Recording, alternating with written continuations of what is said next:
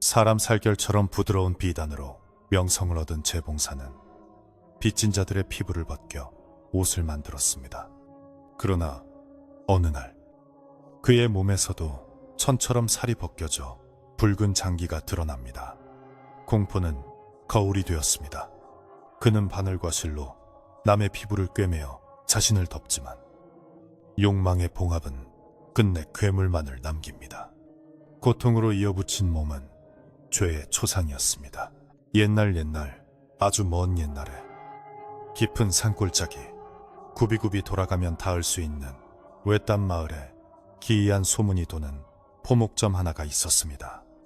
사방이 높은 산으로 둘러싸여 해가 일찍 떨어지고 밤이면 부엉이 우는 소리가 서늘하게 울려 퍼지는 이곳은 바람조차 숨을 죽이고 지나가는 듯 고요했습니다.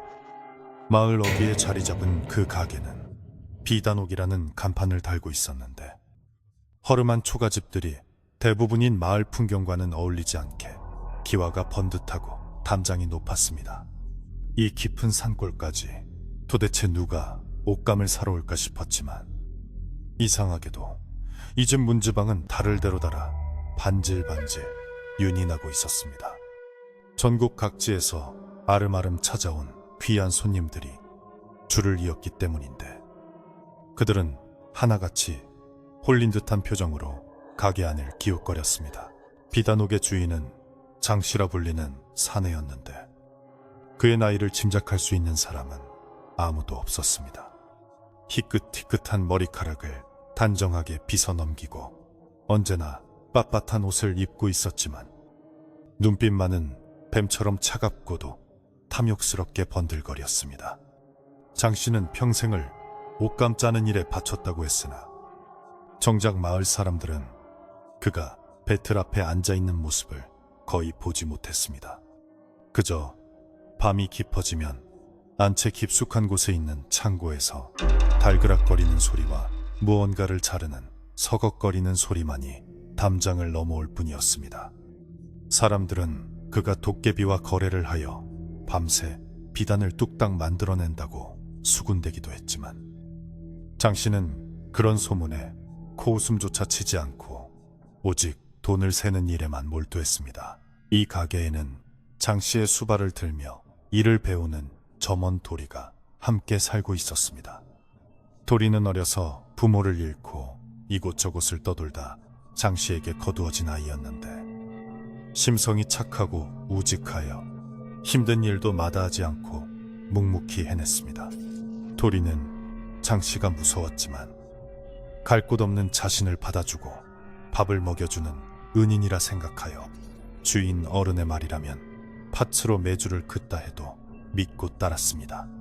도리의 하루는 새벽같이 일어나 마당을 쓸고 가게 문을 닫고 손님들이 밟고 지나간 자리를 정갈하게 치우는 것으로 시작되었습니다. 그는 언젠가 자신도 장씨처럼 훌륭한 기술을 배워 멋진 옷감을 만들고 싶다는 소박한 꿈을 꾸며 거친 손을 호호 불어가며 일했습니다. 비단옥에서 파는 비단은 세상 어디에서도 볼 수 없는 묘한 매력을 지니고 있었습니다. 손끝에 닿는 순간 마치 살아있는 생명체를 만지는 것처럼 따스한 온기가 전해졌고 아무리 구겨도 주름 하나 잡히지 않고 스르르 펴지는 모양새가 기이할 정도였습니다. 특히 그 부드러움은 말로 다 형용할 수 없어 한번 만져본 사람은 마치 구름을 만지는 것 같다느니 아기 살결을 만지는 것 같다느니 하며 감탄을 금치 못했습니다. 색깔 또한 어찌나 곱고 선명한지 붉은색은 금방이라도 피가 뚝뚝 떨어질 듯 붉었고 흰색은 눈이 시릴 만큼 창백하여 보는 사람의 마음을 단번에 사로잡았습니다. 값은 부르는 게 값이었지만 귀한 집 마님들과 세도가들은 앞다투어 돈보따리를 싸들고 찾아왔습니다. 어느 늦가을 오후 차가운 바람이 문풍지를 때리는 날이었습니다. 비단옥안은 여느 때와 다름없이 은은한 향냄새가 감돌고 있었고 장씨는 계산대 뒤에 앉아 장부를 넘기고 있었습니다. 도리는 구석에서 옷감에 쌓인 먼지를 털어내고 있었는데 문득 장씨가 보관해둔 붉은 비단 한 필이 눈에 들어왔습니다. 그 비단은 유독 윤기가 흐르고 묘한 빛을 띠고 있어 도리는 저도 모르게 손을 뻗어 살짝 만져보았습니다. 순간 도리는 바들짝 놀라 손을 떼고 말았습니다. 차가운 공기 속에 놓여있던 비단이었음에도 불구하고 사람의 체온과도 같은 미지근한 열기가 느껴졌기 때문이었습니다. 마치 누군가가 방금 벗어놓은 옷처럼 눅눅하면서도 따뜻한 느낌의 도리의 등줄기로 식은땀이 흘렀습니다. 그때 장씨가 매서운 눈초리로 도리를 노려보며 소리쳤습니다. 네 이놈, 감히 그 귀한 것에 손을 대다니. 네 놈 손때가 묻으면 상품 가치가 떨어진다는 걸 모르느냐. 장씨의 호통에 도리는 바닥에 납작 엎드려 잘못을 빌었습니다. 죄송합니다. 주인, 어른, 색이 너무 고와 저도 모르게 그만 다시는 함부로 손대지 않겠습니다. 장씨는 혀를 차며 자리에서 일어나 비단을 빼앗듯 낚아채 다시 괴짝 깊숙이 집어넣었습니다. 이건 보통 물건이 아니다. 너 같은 녀석이 함부로 만질 수 있는 게 아니란 말이다. 썩 나가서 뜰감이나 더 해오너라. 도리는 쫓겨나듯 밖으로 나왔지만 손끝에 남아있는 그 기이하고 축축한 감촉은 좀처럼 지워지지 않았습니다. 마을에는 비단옥의 명성만큼이나 흉흉한 소문도 함께 돌기 시작했습니다. 장씨는 비단을 팔아 큰 돈을 벌었지만 그 돈으로 마을 사람들에게 고리 대금업을 겸하고 있었습니다. 흉년이 들어먹을 것이 없는 사람들에게 돈을 빌려주고 갚지 못하면 혹독하게 닥달하여 집문서나 땅문서를 빼앗는 일이 다반사였습니다. 사람들은 장씨를 욕하면서도 당장 굶어 죽을 수는 없어 울며 겨자 먹기로 그의 돈을 쓸 수밖에 없었습니다. 이상한 점은 빚을 갚지 못해 장씨에게 불려간 사람들 중 몇몇이 감쪽같이 사라진다는 것이었습니다. 그들은 야반도주를 했다거나 돈을 벌기 위해 먼 타지로 떠났다는 소문만 무성할 뿐 누구도 그들이 마을을 떠나는 모습을 본 사람은 없었습니다. 해가 뉘엿뉘엿치고 어둠이 산자락을 타고 내려올 무렵 한 남루한 차림의 사내가 비단옥 문을 두드렸습니다. 그는 마을 끝자락에 사는 김서방이었는데 병든 노모를 모시느라 장씨에게 큰 빚을 지고 있었습니다. 도리가 문을 열어주자 김서방은 붓한 눈으로 비틀거리는 발걸음을 옮기며 안으로 들어섰습니다. 장 어르신, 제발 한 번만 더 기한을 늘려주십시오. 이번 농사만 끝나면 어떻게든 갚겠습니다. 김서방은 장씨 앞에 무릎을 꿇고 애원했습니다. 장씨는 무표정한 얼굴로 주파나를 튕기며 김서방을 내려다보았습니다.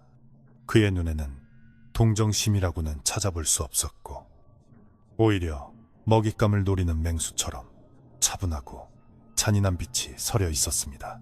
김서방, 자네가 기한을 어긴 게 벌써 3번째야. 내 인내심도 이제 바닥이 났네. 장씨의 목소리는 낮고 건조했습니다. 김서방은 바닥에 머리를 돋으며 읍소했습니다. 어르신, 제발 살려주십시오. 제가 없으면 노모는 굶어 죽습니다. 몸이라도 팔아서 갚겠습니다. 그 말을 들은 장씨의 입가에 기묘한 미소가 번졌습니다. 몸이라도 팔겠다. 자네 피부가 거친 일은 했어도 제법 질기고 튼튼해 보이기는 하는구만. 장씨는 자리에서 일어나 김서방 주위를 천천히 돌며 그를 훑어보았습니다. 마치 소나 돼지의 등급을 매기는 듯한 그 눈길에 김서방은 영문도 모른 채 공포에 떨며 몸을 움츠렸습니다. 도리는 문 밖에서 그 광경을 지켜보며 마른 침을 삼켰습니다. 좋아. 그렇다면 방법이 아주 없는 건 아니네. 장씨는 김서방의 어깨에 손을 올리며 부드러운 목소리로 말했습니다. 내 창고에 아주 특별한 일감이 있는데 오늘 밤 나를 도와 그 일을 마무리한다면 자네 빚을 탕감해주지. 어때? 하겠나? 김서방은 빚을 탕감해준다는 말에 귀가 번쩍 뜨여 고개를 세차게 끄덕였습니다. 하겠습니다. 무슨 일이든 시켜만 주십시오. 이 은혜는 죽어서도 잊지 않겠습니다. 장 씨는 만족스러운 듯 고개를 끄덕이며 등불을 집어들었습니다. 그럼 따라오게. 단, 이 일에 대해서는 밖에서 절대 입도 뻥긋해선 안 되네. 장 씨는 김서방을 데리고 안채 깊숙한 곳, 평소 도리에게도 출입을 금지했던 그 비밀스러운 작업장으로 향했습니다. 도리는 두 사람이 사라진 안채 쪽을 바라보며 불안한 마음을 감출 수 없었습니다. 평소에는 일찍 잠자리에 들었지만 오늘따라 잠이 오지 않아 마당을 서성거렸습니다. 밤바람이 대나무 숲을 흔들며 스산한 소리를 냈고 하늘에는 구름이 잔뜩 끼어 달빛조차 희미했습니다. 도리는 안채 쪽으로 귀를 기울였습니다. 처음에는 두렁거리는 말소리가 들리는가 싶더니 이내 뚝 끊기고 정막만이 감돌았습니다. 그러다 잠시 후 무언가를 찢는 듯한 소리와 억눌린 비명 같은 소리가 아주 짧게 들려왔습니다. 하는 외마디 소리는 금세 바람 소리에 묻혀 사라졌지만 도리의 가슴은 쿵쾅거리기 시작했습니다. 잘못 들은 것일까? 아니면 무슨 일이 생긴 것일까? 도리는 용기를 내어 안채 마당으로 살금살금 다가갔습니다. 창호지문 너머로 희미한 불빛이 일렁이고 있었고 그림자 두 개가 어른거렸습니다. 하나는 장 씨의 그림자였는데 쉴 새 없이 팔을 움직이며 무언가에 열중하고 있는 모습이었습니다. 그런데 이상하게도 김서방의 그림자는 보이지 않았습니다. 대신 바닥에 길게 늘어진 무언가가 있는 것 같기도 하고 아니면 장 씨가 다루는 커다란 옷감 뭉치 같기도 했습니다. 그때 서걱하는 가위질 소리가 들려왔습니다. 보통의 옷감을 자르는 소리보다 훨씬 더 둔탁하고 질긴 것을 잘라내는 듯한 소리였습니다. 그리고 찌익하며 젖은 천을 뜯어내는 듯한 소름 끼치는 소리가 이어졌습니다. 도리는 더 이상 그곳에 서 있을 수가 없어 황급히 자신의 방으로 도망쳐왔습니다. 이불을 머리끝까지 뒤집었었지만 귓가에는 여전히 그 끔찍한 소리가 맴돌았습니다. 김서방 아저씨는 어떻게 된 걸까? 빚을 갚으려고 일을 한다고 했는데 왜 아무런 인기척이 없을까? 온갖 상상이 꼬리에 꼬리를 물었습니다. 장 씨가 김서방을 해코지한 것은 아닐까 하는 무서운 생각도 들었지만 도리는 애써 고개를 저었습니다. 아니야. 주인 어른이 돈을 좋아하시긴 해도 사람을 해칠 뿐은 아니야. 아마 힘든 일을 시키느라 김서방 아저씨가 지쳐서 쓰러져 잠드신 걸 거야. 도리는 스스로를 위로하며 억지로 눈을 감았지만 뜬 눈으로 밤을 지새워야 했습니다. 다음 날 아침 도리는 퇴탄 눈으로 마당에 나왔습니다. 안채문은 굳게 닫혀 있었고 장 씨는 평소보다 늦게 일어났습니다. 해가 중천에 떴을 때쯤 장 씨가 하품을 하며 문을 열고 나왔습니다. 그의 얼굴은 밤새 잠을 못 잔 듯 푸석했지만 눈빛만은 기이할 정도로 생기가 돌았습니다. 도리야, 어서 가게 문을 열어라. 오늘은 아주 귀한 물건이 나왔으니 손님 맞을 준비를 단단히 해야 할 게다. 장 씨의 목소리는 들떠 있었습니다. 도리는 조심스럽게 물었습니다. 주인 어른, 어제 오신 김서방 아저씨는 가셨나요? 아침에 보이지 않아서요. 장 씨는 도리의 질문에 잠시 멈칫하더니 이내 태연하게 대답했습니다. 아, 그 친구? 비탄감 받고 기분이 좋아서 새벽같이 떠났다. 멀리 돈 벌러 간다고 하더구나. 우링한 예스 탐딘다 수리츠 과란다 푸싱토란다 뚝하란다. 도리는 장 씨의 말이 미심쩍었지만 더 이상 캐물을 수 없었습니다. 그때 장 씨가 품에서 새로운 비단 한 피를 꺼내 진열대 위에 올려놓았습니다. 그것은 지금까지 본 적 없는 독특한 색감의 비단이었습니다. 누런빛이 감도는 듯하면서도 은은한 살구색을 띠고 있었는데 표면에 흐르는 윤기가 마치 기름을 바른 듯 매끄러웠습니다. 자, 보거라. 이게 바로 내가 밤새 공들여 만든 걸작이다. 장씨는 자랑스럽게 비단을 펼쳐 보였습니다. 도리는 가까이 다가가 비단을 들여다보았습니다.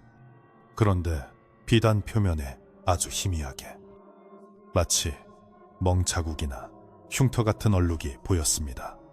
그리고 그곳에서 맡아지는 냄새는 향 냄새로도 가려지지 않는 비릿한 쇠 냄새 같았습니다. 그날 오후 마을에는 김서방이 감쪽같이 사라졌다는 소문이 퍼졌습니다.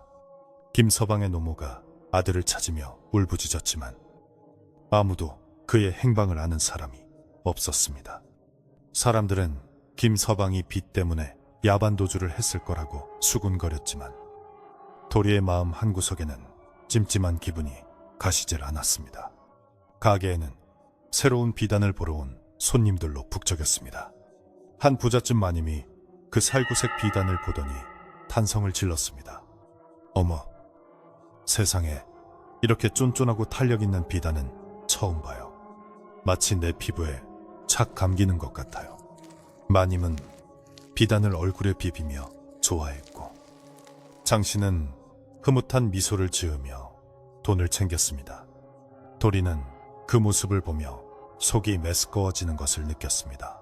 며칠이 지나자 또 다른 빚쟁이가 비단옥을 찾아왔습니다. 이번에는 건넌 마을에 사는 박서방이었습니다.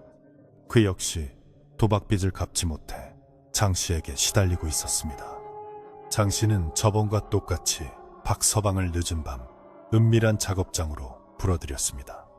도리는 이번에도 숨죽여 상황을 지켜보았습니다. 밤이 깊어지자 다시금 그 서걱하는 가위질 소리와 무언가를 뜯어내는 소리가 들려왔습니다. 이번에는 박서방의 신음소리가 조금 더 길게 이어지다가 뚝 끊겼습니다. 도리는 공포에 질려 입을 틀어막았습니다. 설마 정말로 사람을...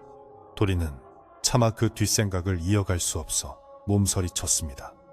비단옥의 높은 담장이 마치 거대한 감옥처럼 느껴졌습니다. 다음 날 아침 비단옥 진열대에는 검붉은 빛이 도는 새로운 비단이 놓였습니다. 장씨는 그 비단을 어루만지며 이번 것은 색이 아주 잘 나왔어.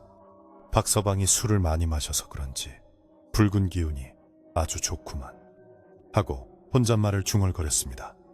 도리는 그 말을 듣고 소스라치게 놀라 뒷걸음질 쳤습니다. 장씨가 무심코 내뱉은 말 속에 끔찍한 진실이 담겨 있는 것 같았기 때문입니다.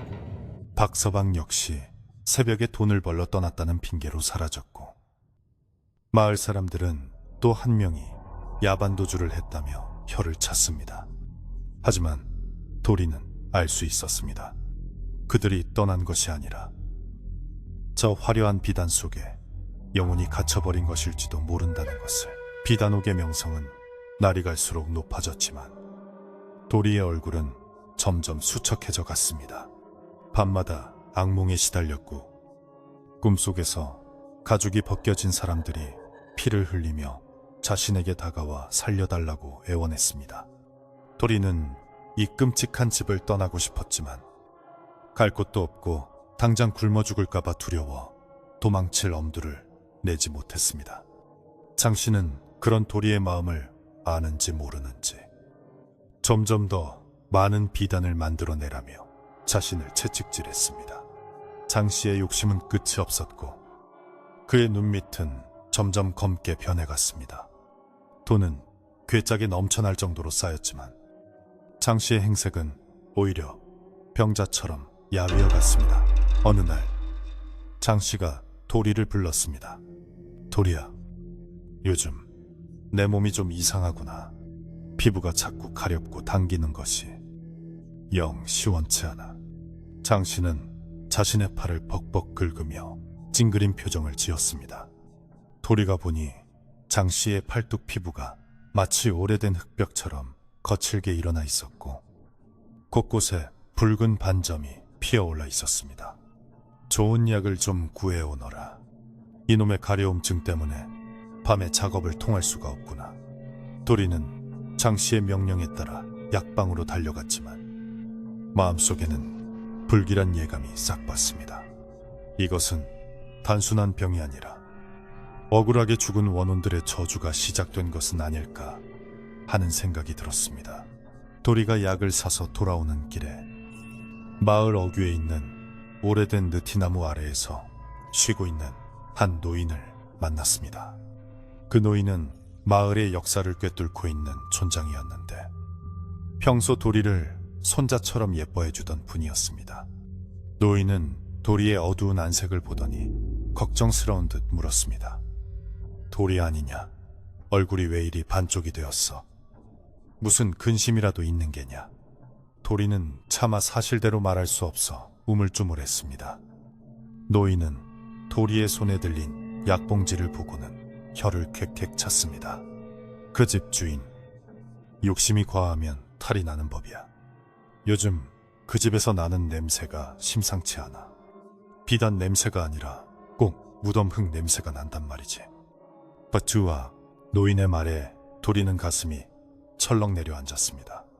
마을 어른들도 무언가 이상한 낌새를 채고 있었던 것입니다. 할아버지, 저 정말 무서워요. 밤마다 이상한 소리가 들리고 사람들이 자꾸 사라져요. 도리는 울먹이며 말했습니다. 노인은 도리의 손을 꼭 잡아주며 낮게 속삭였습니다. 눈에 보이는 게 다가 아니다. 귀한 것일수록 그 대가가 혹독한 법이지. 네 주인이 만지는 그 비단, 사람의 것이 아니야. 조심하거라. 도리야, 언젠가 그 업보가 닥칠 날이 올 게다. 노인의 경고는 도리의 마음에 깊이 박혔습니다. 도리는 무거운 발걸음을 옮겨 다시 비단옥으로 향했습니다. 하늘에는 먹구름이 몰려오고 있었고 곧 큰 비가 쏟아질 것만 같았습니다. 가게에 돌아오니 장 씨는 우통을 벗고 거울 앞에 서 있었습니다. 그의 등에는 끔찍한 발진이 돋아 있었고 피부가 얇아져 핏줄이 훤히 비쳐 보였습니다.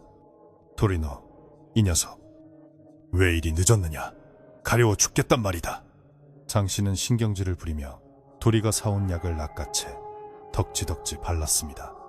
하지만 약을 발라도 가려움은 멈추지 않는 듯 그는 괴성을 지르며 벽에 등을 비벼댔습니다. 그 모습은 마치 허물을 벗으려는 뱀처럼 기괴하고 흉측했습니다. 도리는 구석에 웅크리고 앉아 앞으로 닥쳐올 재앙을 예감하며 바들바들 떨었습니다. 비단옥의 화려함 뒤에 숨겨진 썩은 내나는 진실이 이제 곧 터져 나올 것만 같았습니다. 산바람이 한층 더 매서워져 나뭇가지들이 앙상한 뼈마디를 드러내고 우는 겨울의 문턱이었습니다. 비단옥의 기와 지붕 위로 서리가 하얗게 내려앉았고 처마 밑에는 고드름이 날카로운 이빨처럼 매달려 있었습니다. 마을 사람들은 일찌감치 문을 걸어 잠그고 군불을 떼며 겨울을 날 채비를 했지만 비단옥만은 밤늦도록 불이 꺼지지 않았습니다. 장 씨의 탐욕은 추위도 아랑곳하지 않는 듯했고 오히려 날이 추워질수록 그의 가게를 찾는 손님들의 발길은 더욱 잦아졌습니다. 사람의 체온을 품은 듯 따뜻한 그 기묘한 비단이 추운 겨울에 더욱 진가를 발휘했기 때문입니다.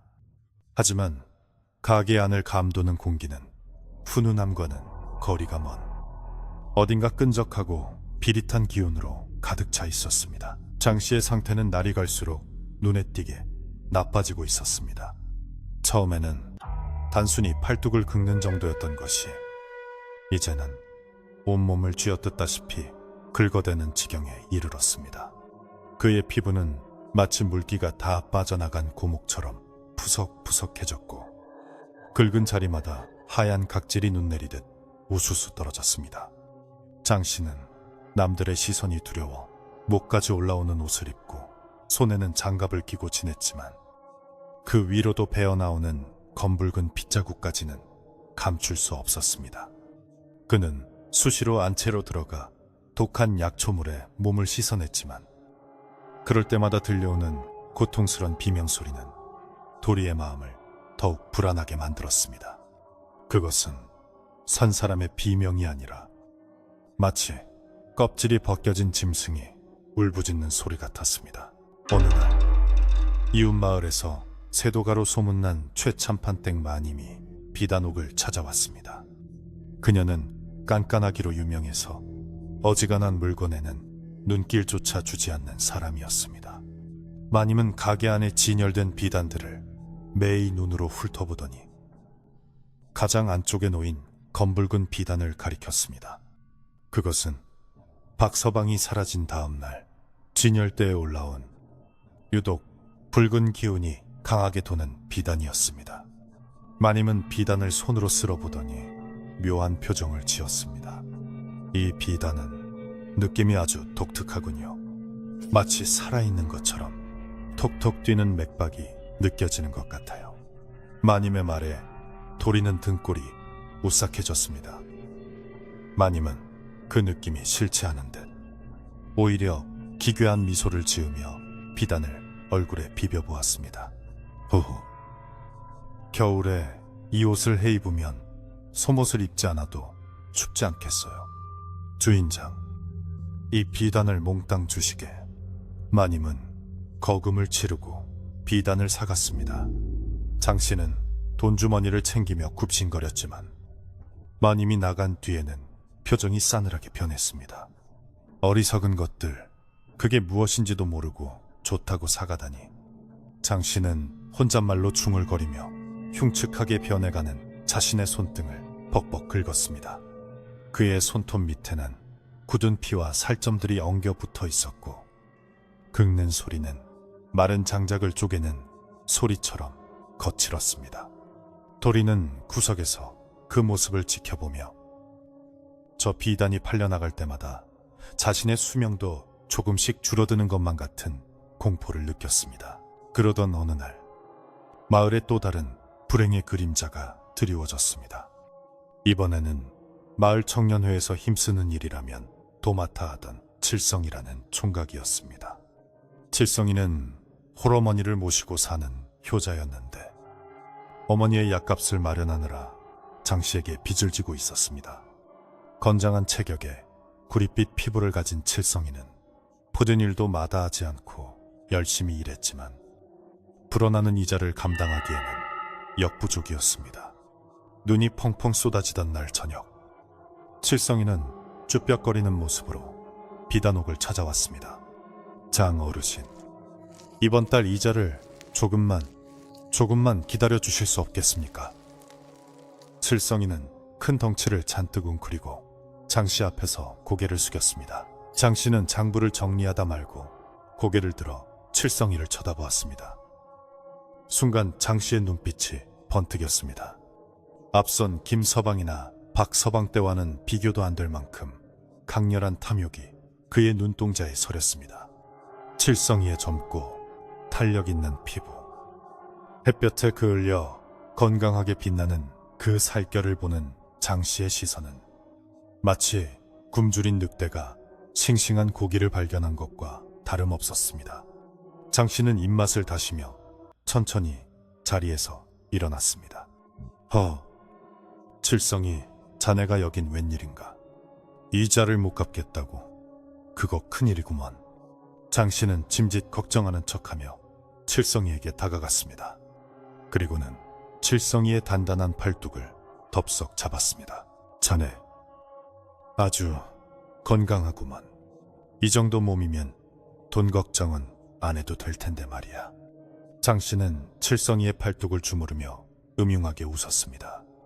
칠성이는 장씨의 손길이 불쾌했지만 빚쟁이의 처지라 뿌리치지 못하고 어색하게 웃어 보였습니다.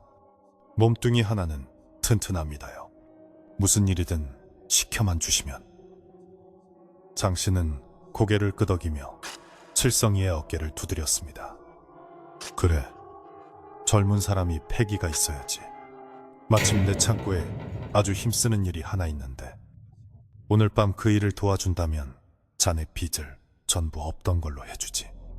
뿐만 아니라 어머니 약값까지 넉넉히 챙겨주겠네. 칠성이는 빚 한 감에 약값까지 준다는 말에 눈이 휘둥그레졌습니다. 정말입니까? 어르신, 정말 감사합니다. 칠성이는 연신 허리를 굽혀 인사하며 기뻐했습니다. 도리는 그 모습을 보며 안타까움에 발을 동동 구를 수밖에 없었습니다. 안 돼. 칠성아, 거길 들어가면 안 돼. 마음속으로는 수천 번도 더 외쳤지만 입 밖으로는 단 한마디도 나오지 않았습니다. 장씨의 서슬퍼런 눈빛이 두렵기도 했거니와 만약 자신이 입을 열었다가는 칠성이 대신 자신이 그 재물이 될지도 모른다는 비겁한 공포가 그를 짓눌렀기 때문입니다. 결국 도리는 고개를 돌려 외면하고 말았고 장씨는 의기양양하게 칠성이를 데리고 안채의 어둠 속으로 사라졌습니다. 안채 문이 닫히는 소리가 마치 관뚜껑이 닫히는 소리처럼 무겁게 울려 퍼졌습니다. 그날 밤 도리는 여느 때보다 더욱 생생한 공포에 시달려야 했습니다. 칠성이는 젊고 힘이 센 장정이었기에 앞선 사람들처럼 쉽게 당하지 않을 것 같았습니다. 밤이 깊어 삼경이 지날 무렵 안채 쪽에서 우당탕하는 소란스러운 소리가 들려왔습니다. 무언가 넘어지고 부서지는 소리와 함께 칠성이의 굵은 고함 소리가 터져나왔습니다. 이게 무슨 짓입니까? 이거 놓으시오. 도리는 이불을 박차고 일어나 문에 귀를 대었습니다. 심장이 터질 듯이 뛰었습니다. 장씨의 날카로운 목소리가 뒤이어 들렸습니다. 가만히 있어라. 내 놈의 그 가죽이 내게 얼마나 필요한지 아느냐. 그 말은 더 이상 사람의 말이 아닌 악귀의 절규였습니다. 잠시 후 둔탁한 타격음이 몇 번 들리더니 칠성이의 저항 소리가 잦아들었습니다. 그리고 이내 칠성이의 헐떡이는 숨소리와 억눌린 신음만이 간헐적으로 들려왔습니다. 도리는 공포에 질려 온몸을 사시나무 떨듯 떨었습니다.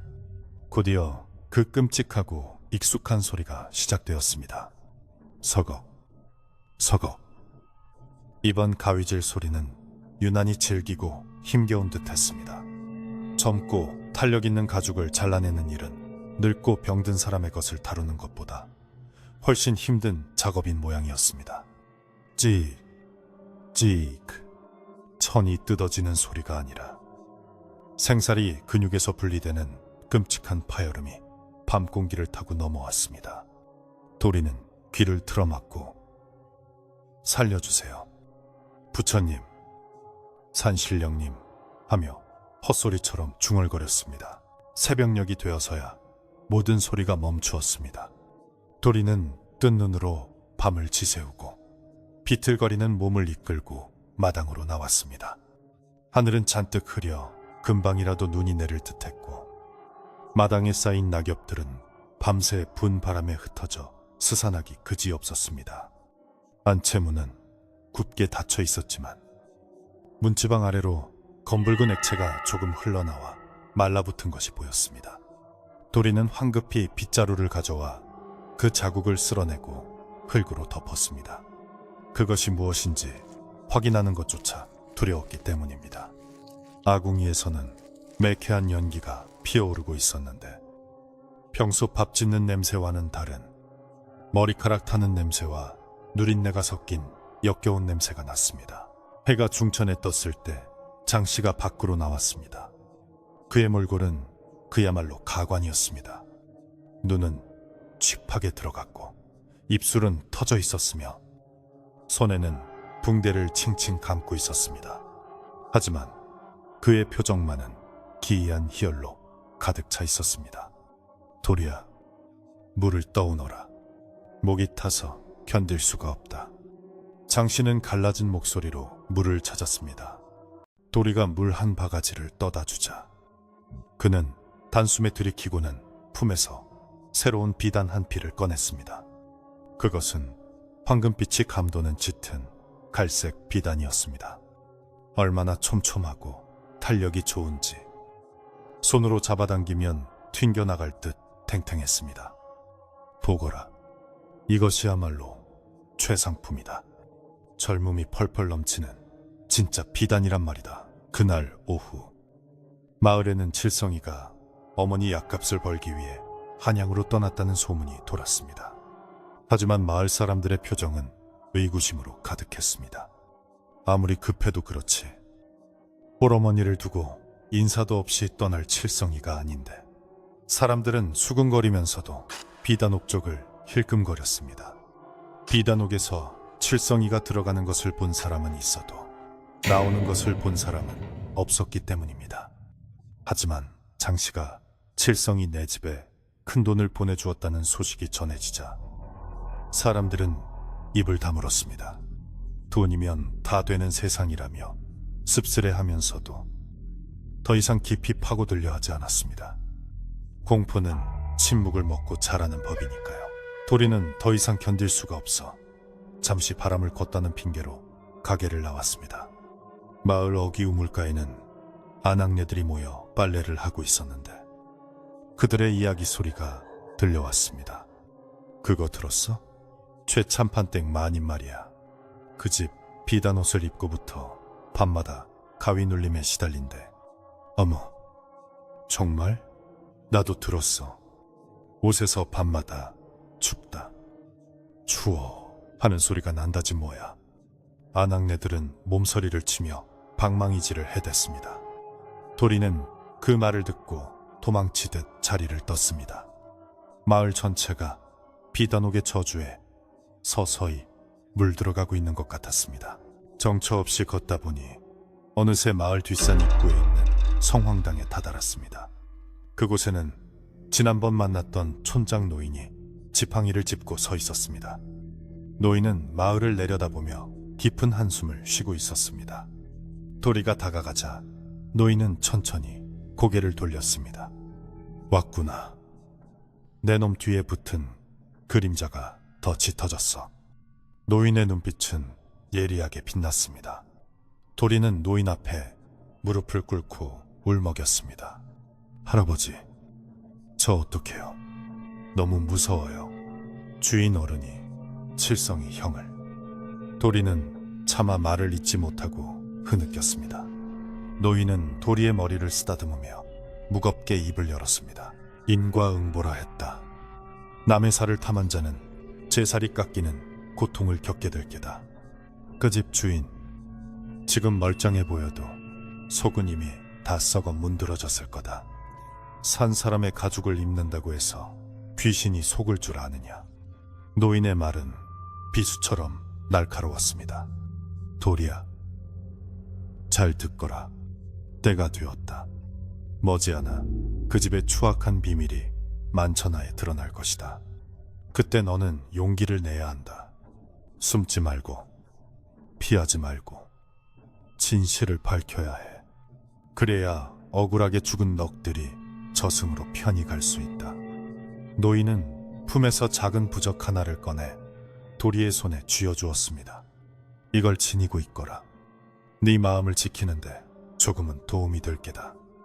미자 고르탐과야. 도리는 부적을 가슴에 품고 다시 가게로 돌아왔습니다. 가게 안은 여전히 손님들로 북적였지만 장씨의 모습은 보이지 않았습니다. 안채 쪽에서 우지끈 하고 무언가 부서지는 소리가 들렸습니다. 도리가 놀라 달려가 보니 창고 문이 열려 있고 장씨가 거울을 보며 발광을 하고 있었습니다. 이게 뭐야? 왜 이러는 거야? 멈춰!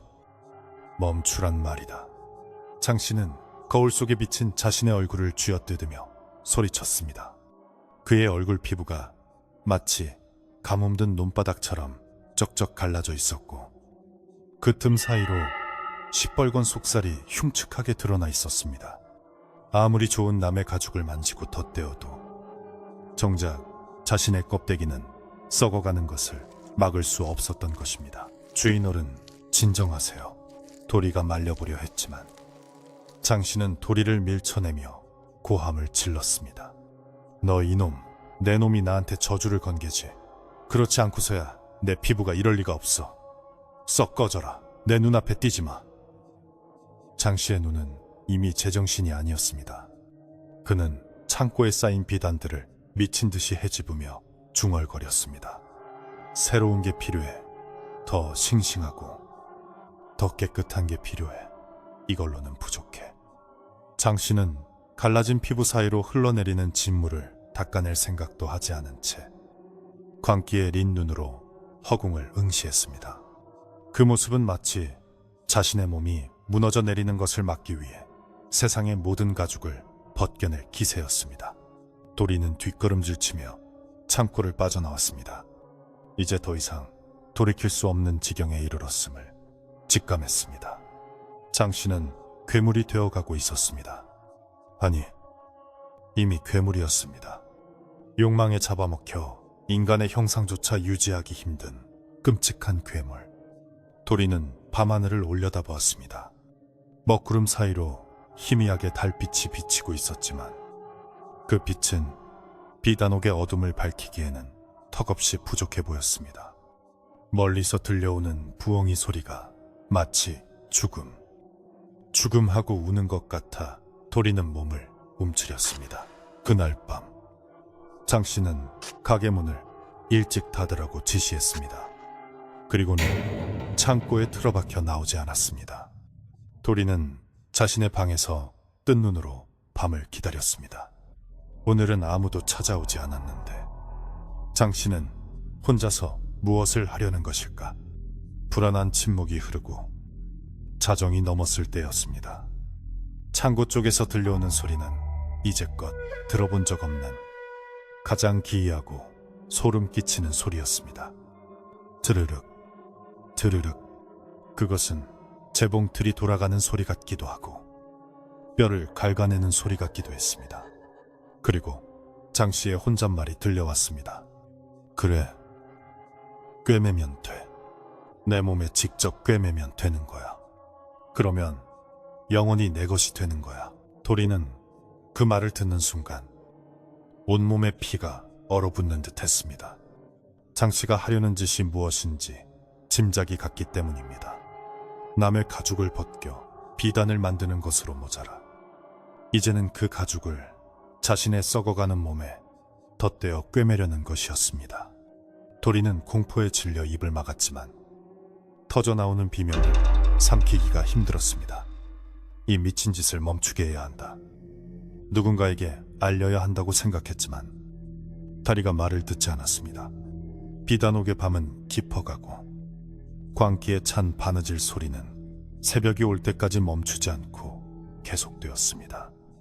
마을의 고요를 찢는 그 소리는 다가올 파국을 알리는 불길한 전주곡과도 같았습니다. 겨울바람이 문풍지를 찢을 듯이 불어대던 그날 아침, 비단옥에는 여느 때와 다른 무거운 공기가 감돌고 있었습니다. 밤새 내린 눈이 마당에 수북이 쌓였지만 아무도 그 눈을 치울 생각을 하지 못했습니다. 가게 문을 열자마자 코를 찌르는 역한 냄새가 훅 끼쳐왔기 때문입니다.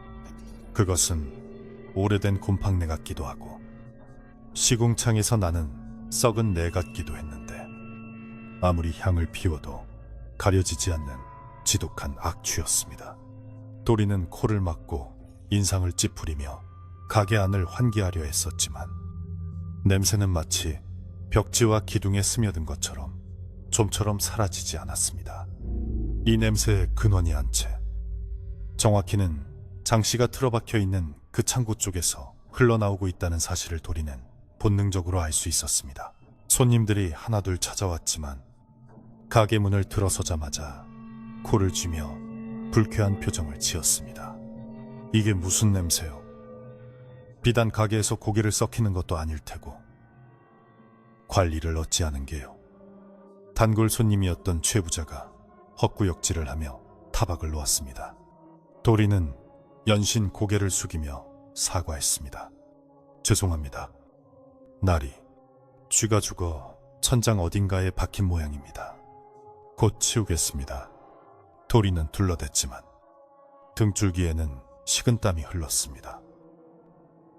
이것은 쥐 따위가 죽어서 나는 냄새가 아니었습니다.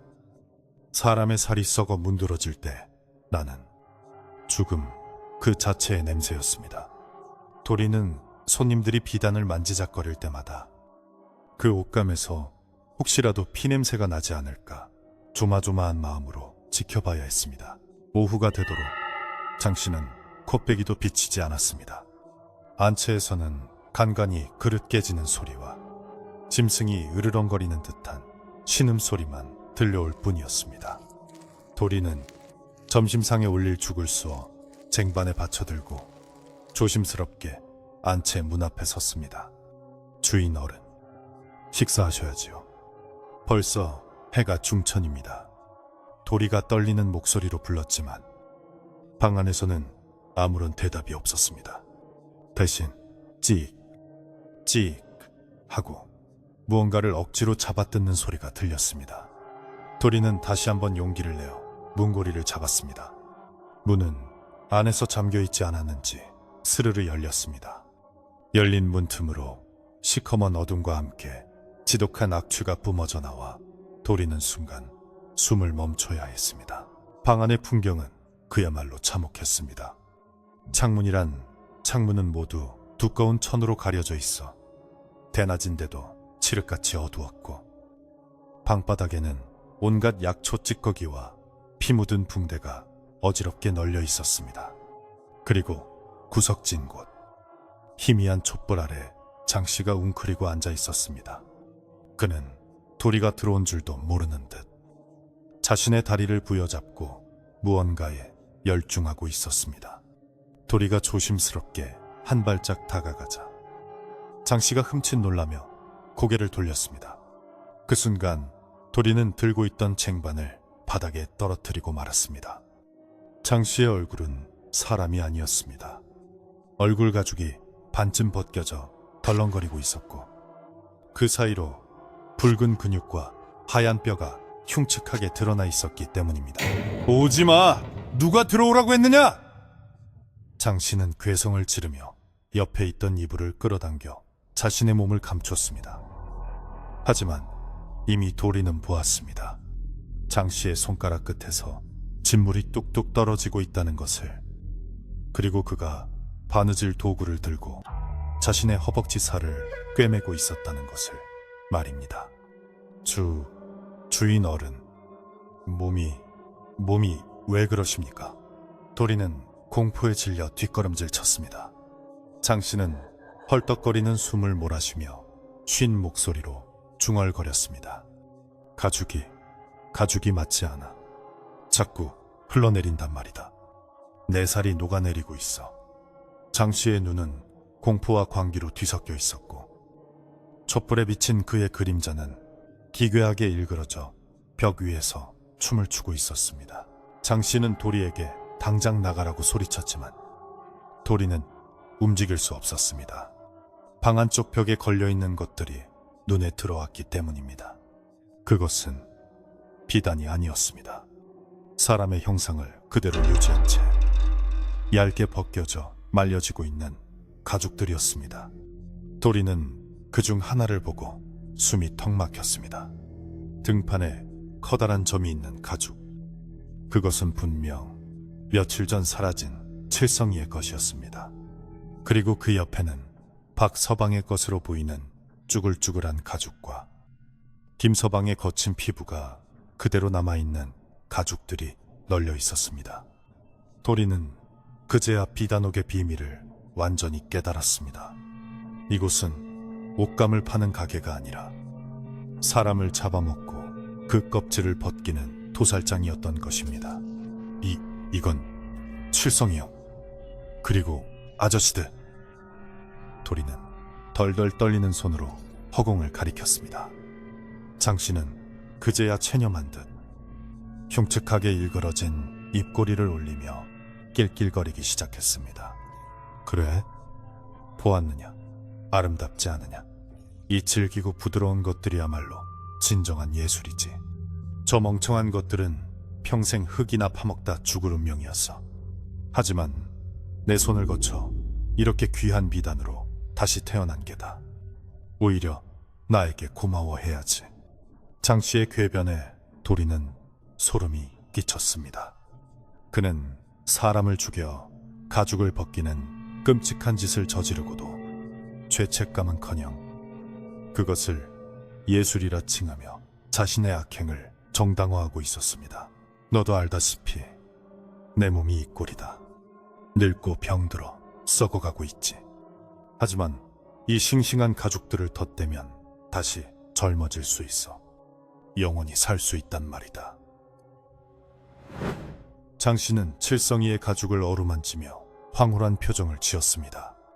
하지만 그가 가죽을 만지는 손길을 따라 그의 손바닥 피부가 허물처럼 벗겨져 내렸습니다. 붉은 속살이 드러난 손으로 남의 가죽을 탐하는 꼴은 차마 눈뜨고 볼 수 없는 지옥도였습니다. 장 씨는 자신의 무너지는 육체를 지탱하기 위해 남의 생명을 앗아갔지만 그 대가로 더욱 끔찍하게 파괴되고 있었습니다.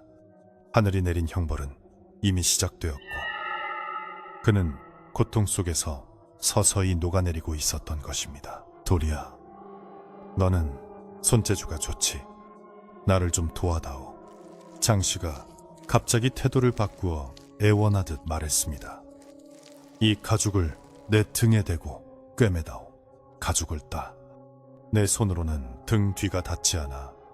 네가 꼼꼼하게 바느질만 해준다면 이 가게를 너에게 물려주마. 아니, 금고에 있는 돈을 다 가져가도 좋다.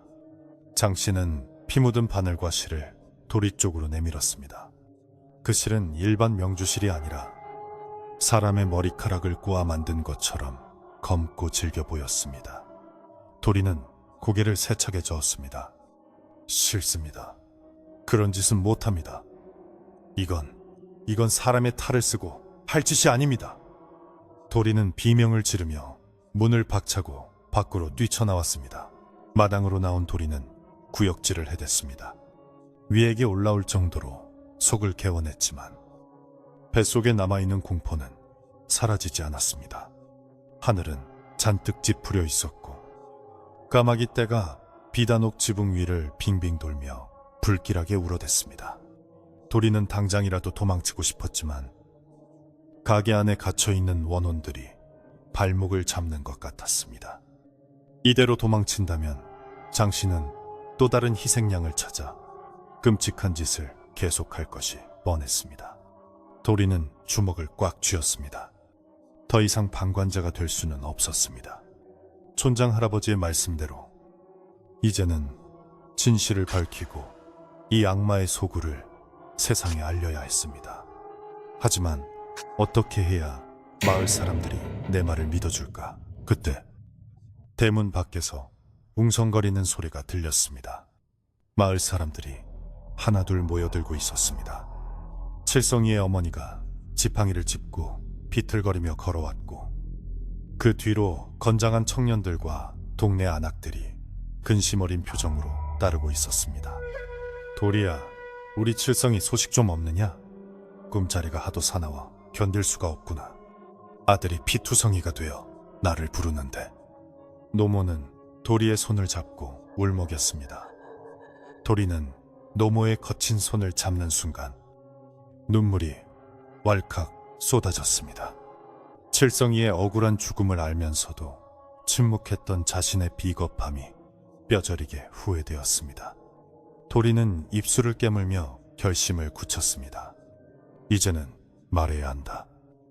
모든 것을 어머니 그리고 마을 어르신들 제 말을 잘 들으세요. 도리는 떨리는 목소리로 입을 열었습니다. 사람들의 시선이 일제히 도리에게 쏠렸습니다. 칠성이 형은 한양에 가지 않았습니다. 박서방 아저씨도 김서방 아저씨도 마을을 떠난 게 아닙니다. 도리의 말에 사람들은 술렁거리기 시작했습니다. 그게 무슨 소리냐? 떠나지 않았다니? 촌장 노인이 앞으로 나서며 물었습니다. 도리는 안채를 가리키며 소리쳤습니다. 모두 저 안에 있습니다. 장씨가 주인 어른이 사람들을 죽여 가죽을 벗겼습니다. 그 가죽으로 비단을 만들고 자신의 몸에 꿰매고 있어요. 도리의 폭로는 마치 마른 하늘의 날벼락처럼 사람들을 충격에 빠뜨렸습니다. 뭐라고? 사람 가죽을? 설마 그게 말이나 되는 소린가? 사람들은 믿을 수 없다는 듯 웅성거렸습니다. 하지만 그동안의 이상한 실종 사건들, 비단옥에서 나던 썩은 냄새, 밤마다 들려오던 기괴한 소리들이 도리의 말과 맞춰지자 분위기는 순식간에 공포와 분노로 바뀌었습니다. 내 아들 내놔라, 이 짐승만도 못한 놈아. 칠성이 어머니가 절규하며 닫힌 대문을 두드렸습니다.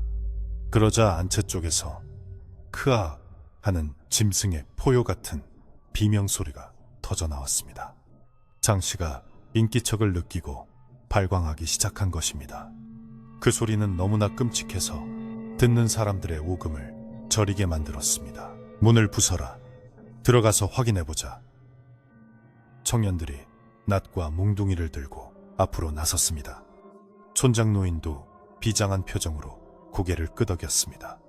죄 지은 자는 반드시 벌을 받아야 한다. 하늘이 보고 있다. 사람들은 굳게 닫힌 안채문으로 몰려갔습니다. 도리도 그들 틈에 섞여 떨리는 다리를 옮겼습니다.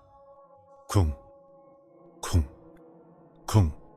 문을 부수는 소리가 둔탁하게 울려 퍼졌습니다. 문이 조금씩 뜯겨 나갈 때마다 안에서 뿜어져 나오는 악취는 더욱 진동을 했습니다. 마치 지옥의 문을 여는 것 같은 긴장감이 감돌았습니다. 마침내 우지끈하는 소리와 함께 문짝이 떨어져 나갔고 사람들은 횃불을 높이 들고 방 안을 비추었습니다.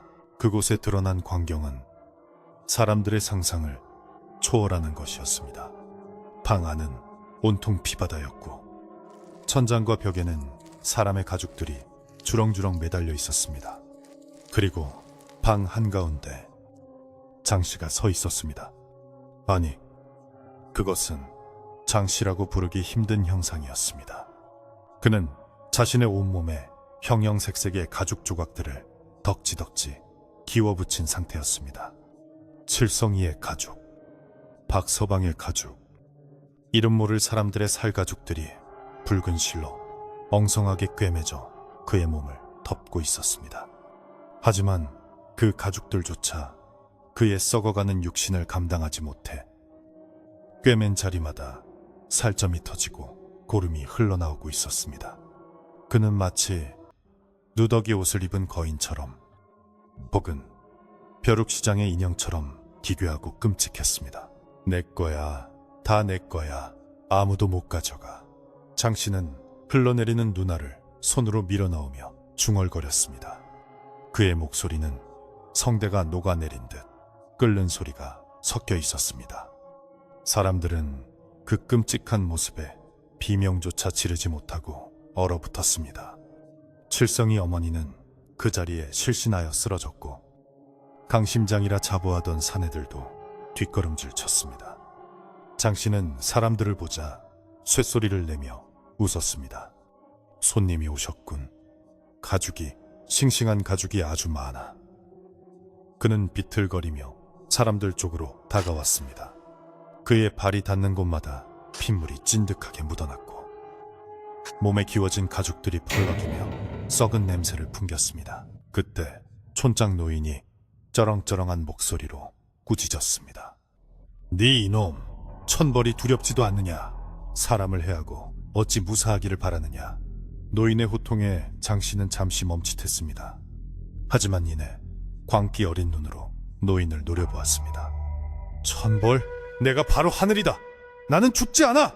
이 가죽들만 있으면 나는 영원히 살 수 있어. 장씨는 손에 들고 있던 커다란 가위를 치켜들었습니다. 그 가위날은 피와 기름으로 범벅이 되어 번들거렸습니다. 그는 가장 앞에 서 있던 청년을 향해 덤벼들었습니다. 네, 가죽이 탐나는구나. 이리 와. 사람들은 혼비백산하여 흩어졌고 마당은 순식간에 아수라장이 되었습니다. 도리는 엉겁결에 장독대 뒤로 몸을 숨겼습니다. 눈앞에서 벌어지는 참극에 다리가 풀려 일어설 수가 없었습니다. 장 씨는 고통도 느끼지 못하는 듯 사람들이 던지는 돌멩이와 몽둥이 질에도 아랑곳하지 않고 휘청거리며 날뛰었습니다. 그의 몸에 기워진 가죽들이 하나둘 트너지며 너덜거렸지만 그는 멈추지 않았습니다. 오히려 그 틈 사이로 드러난 붉은 근육들이 꿈틀거리며 마치 살아있는 벌레떼처럼 보였습니다. 장 씨는 인간의 범주를 벗어나 욕망이 빚어낸 괴물 그 자체가 되어버린 것입니다. 그는 닥치는 대로 물건을 부수고 불을 지르려 했습니다. 다 같이 죽자. 내 가족이 될 수 없다면 다 태워버리겠어. 장 씨가 던진 호롱불이 창고의 비단 더미에 옮겨 붙으면서 불길이 치솟기 시작했습니다. 기름 먹인 비단들은 순식간에 불타올랐고 매캐한 연기가 마당을 뒤덮었습니다. 불이야, 불을 꺼라. 사람들이 소리쳤지만 불길은 삽시간에 안 채 전체로 번졌습니다. 장 씨는 불길 속에서도 춤을 추듯 괴상한 몸짓을 하며 웃어댔습니다. 따뜻하구나. 아주 따뜻해. 이 비단옷이 날개옷이 되어 나를 하늘로 데려갈 것이다. 그의 절규는 불타는 소리와 뒤섞여 지옥의 노래처럼 들렸습니다. 도리는 타오르는 불길 속에 서 있는 장 씨를 바라보았습니다. 그의 몸에 기워진 수많은 얼굴들이 불꽃 속에서 일제히 비명을 지르는 것만 같았습니다.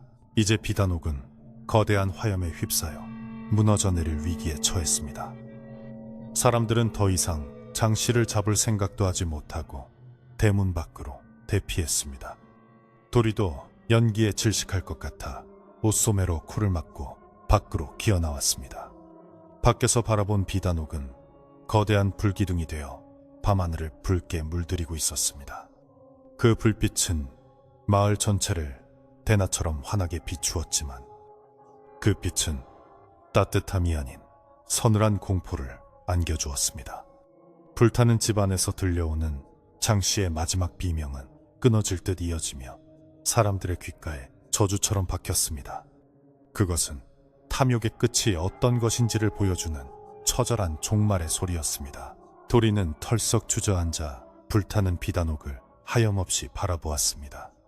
질성이 형, 김서방 아저씨, 박서방 아저씨, 그들의 원혼이 저 불길을 타고 하늘로 올라가는 것일까? 아니면 장 씨와 함께 지옥불 속에서 고통받고 있는 것일까? 도리의 눈에서 뜨거운 눈물이 흘러내려 그을린 볼을 타고 내렸습니다. 마을 사람들도 모두 할 말을 잃고 망연자실한 표정으로 그 광경을 지켜보았습니다. 한때 마을의 자랑이자 부의 상징이었던 비단옥은 인간의 끝없는 욕심이 만들어낸 가장 흉측한 괴물이 되어 한 줌의 재로 변해가고 있었습니다. 밤바람이 불어올 때마다 불티가 눈처럼 흩날렸고 그 속에서 타는 냄새는 오랫동안 마을을 떠나지 않을 것 같았습니다. 활활 타오르는 불길은 마치 성난용이 승천하듯 검은 밤하늘을 집어삼킬 기세로 치솟았습니다. 비단옥의 기와 지붕이 와르르 무너져 내릴 때마다 불똥이 사방으로 튀어 밤하늘을 수놓았고 매캐한 연기는 온 마을을 뒤덮어 숨조차 쉬기 힘들게 만들었습니다. 그 불길 속에서 들려오던 장 씨의 괴기스러운 웃음소리와 비명은 기둥이 무너지는 굉음과 함께 서서히 잦아들었습니다. 하지만 사람들은 그 소리가 끊긴 뒤에도 귓가에 쟁쟁하게 울리는 환청 때문에 귀를 막아야 했습니다. 그것은 단순한 불이 아니라 오랫동안 억눌려왔던 원한과 저주가 한꺼번에 폭발하는 지옥의 어파와도 같았습니다. 마을 사람들은 넋을 잃고 그 참혹한 광경을 바라보다가 불길이 옆집으로 번질까 두려워 정신을 차리고 물을 길어 나르기 시작했습니다. 불을 꺼야 해. 이러다 마을이 다 타버리겠어. 촌장 노인의 다급한 외침에 사람들은 우물가로 달려가 물동이를 날랐습니다. 남녀노소 할 것 없이 모두가 줄을 지어 물을 퍼부었지만 기름을 먹인 비단과 건조한 목재가 타오르는 기세는 좀처럼 꺾이지 않았습니다. 물을 뿌릴 때마다 치익 하는 소리와 함께 검은 연기가 피어올랐는데 그 연기 속에서는 여전히 살타는 냄새와 비릿한 피 냄새가 진동을 했습니다. 사람들은 코와 입을 수건으로 가리고 눈물 콧물을 흘려가며 불과 사투를 벌였습니다. 그들은 단순히 집을 지키기 위해서가 아니라 이 끔찍한 악몽을 하루빨리 끝내고 씻어내고 싶은 간절한 마음으로 물을 뿌리고 또 뿌렸습니다. 새벽닭이 돌을 치고 동이 터올 무렵에야 겨우 불길이 잡혔습니다. 화려하고 웅장했던 비단옥은 온데간데 없고 시커멓게 타버린 기둥 몇 개와 잿더미만이 흉물스럽게 남아있었습니다. 잔불이 남아있는 곳에서는 희뿌연 연기가 끊임없이 피어올랐고 바닥에는 타다 남은 비단 조각들이 뱀 허물처럼 널려 있었습니다.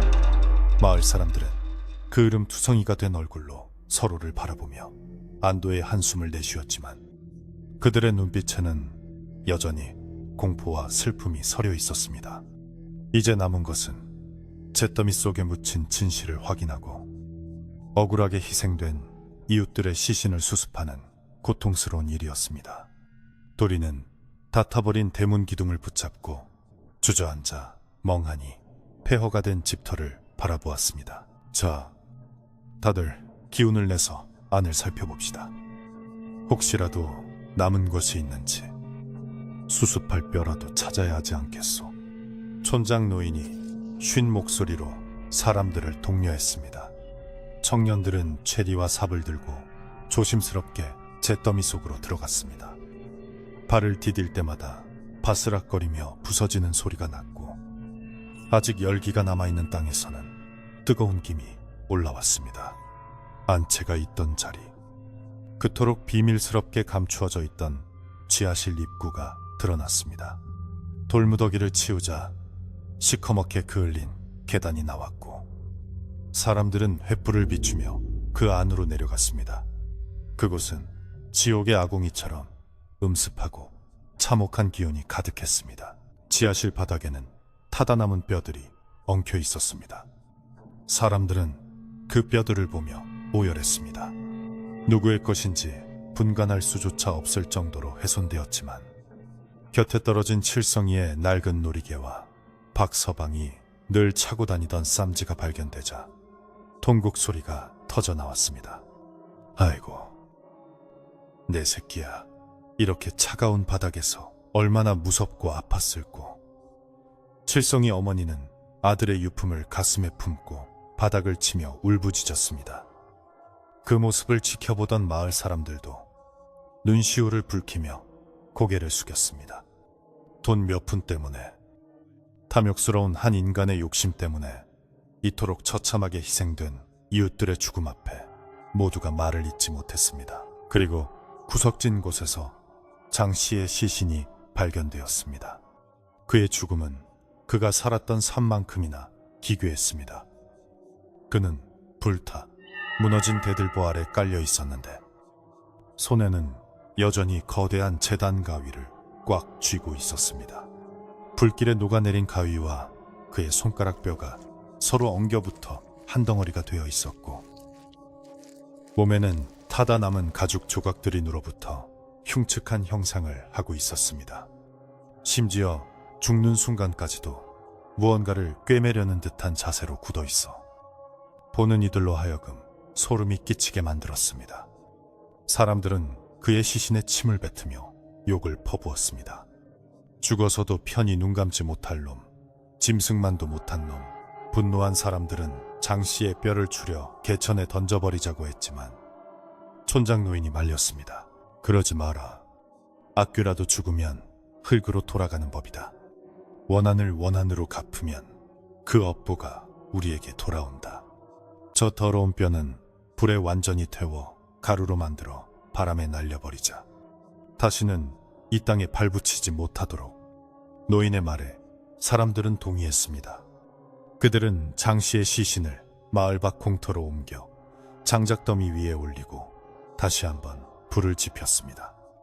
시신이 타오르면서 검은 연기가 피어올랐는데 그 연기마저도 역한 냄새를 풍기며 마을 반대편으로 날아갔습니다.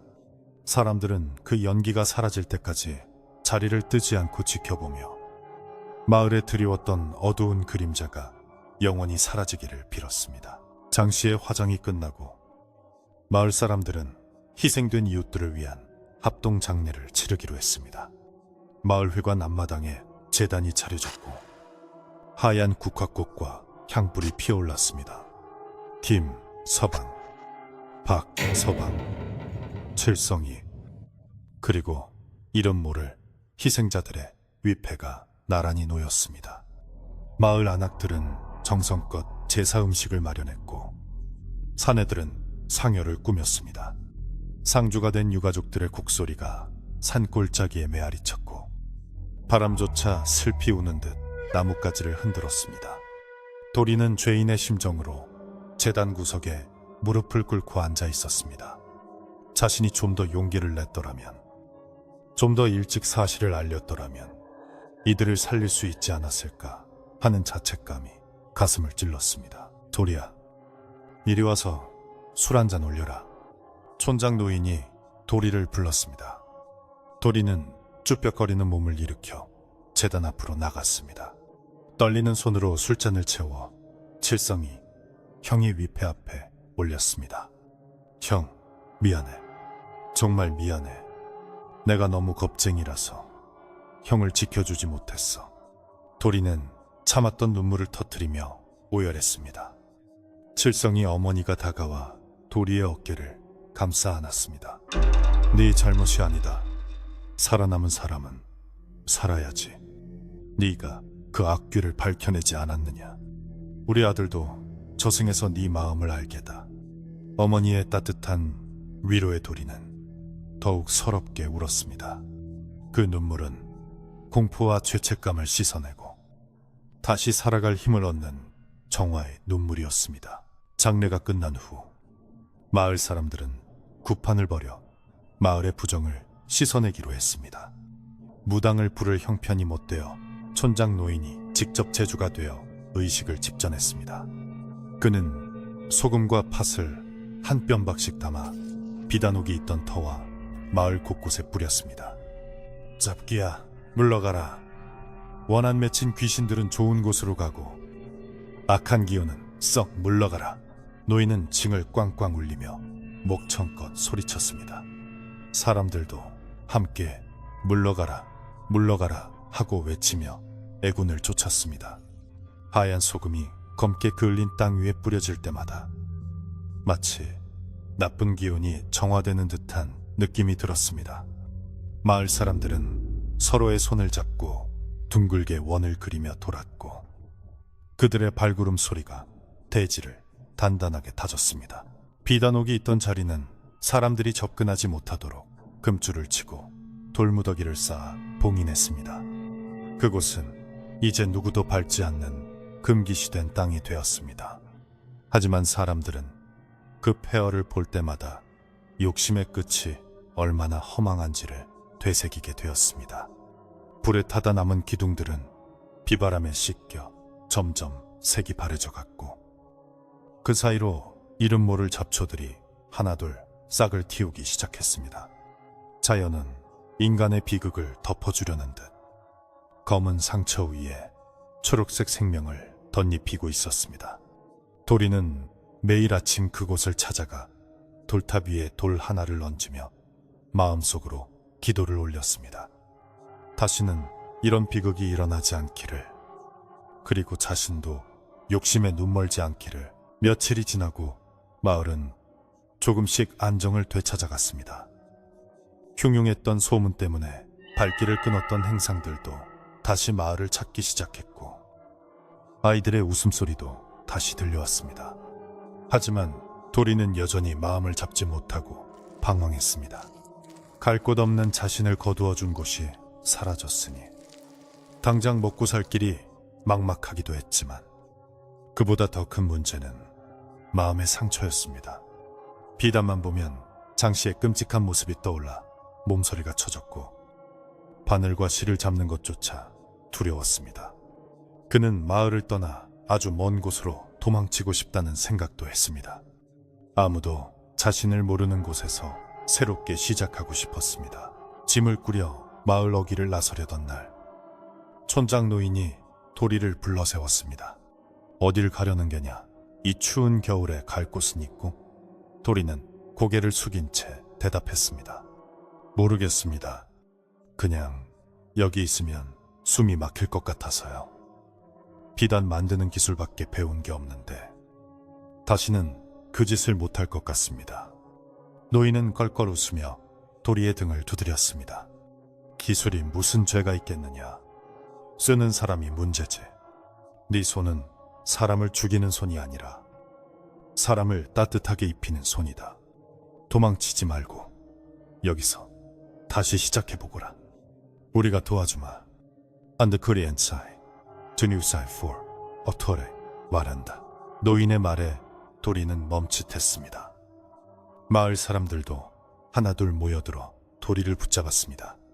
그래, 도리야, 네가 무슨 죄냐? 우리랑 같이 농사 짓고 살자. 네가 만든 옷이 얼마나 튼튼하고 좋았는데 우리 식구들 옷은 네가 지어줘야지. 사람들의 따뜻한 말 한마디 한마디가 얼어붙었던 도리의 마음을 녹였습니다. 그들은 도리를 내치지 않고 이웃으로, 가족으로 받아주었습니다. 도리는 그제야 깨달았습니다. 자신이 있어야 할 곳은 도망친 낯선 땅이 아니라 바로 이곳, 상처를 함께 나누고 치유해줄 사람들이 있는 이 마을이라는 것을. 도리는 짐을 풀고 마을에 남기로 결심했습니다. 그는 비단옥터에서 멀리 떨어진 양지 바른 곳에 작은 초가집을 하나 지었습니다. 마을 사람들이 십시일반으로 나무와 짚을 모아주었고 함께 힘을 모아 집을 지어주었습니다. 비록 장씨의 기와집처럼 으리으리하지는 않았지만 사람들의 정이 담긴 그 집은 세상 어떤 궁궐보다 따뜻하고 아늑했습니다. 도리는 그 집 한켠에 작은 작업실을 마련했습니다. 하지만 그곳에는 화려한 비단 대신 마을 사람들이 직접 농사지어 뽑아낸 투박하고 거친 무명 실타래가 놓였습니다. 도리는 다시 바늘을 잡았습니다. 처음에는 손이 떨려 바늘기를 꿰는 것조차 힘들었지만 눈을 감고 심호흡을 하며 마음을 다잡았습니다. 이 바늘은 사람을 찌르는 것이 아니라 떨어진 옷을 기워주고 추위를 막아주는 것이다. 도리는 스스로에게 최면을 걸듯 되뇌었습니다.